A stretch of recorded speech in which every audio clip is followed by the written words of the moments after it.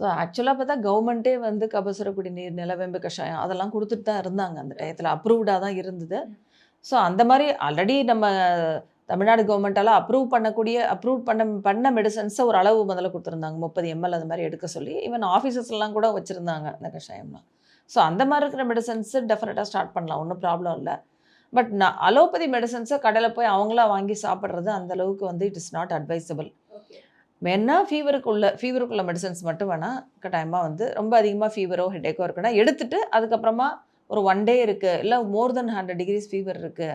அதிகமான சிம்ப்டம்ஸ் இருக்கு. இல்ல 2, 3 நாளா தொடர்ந்து இருக்கு.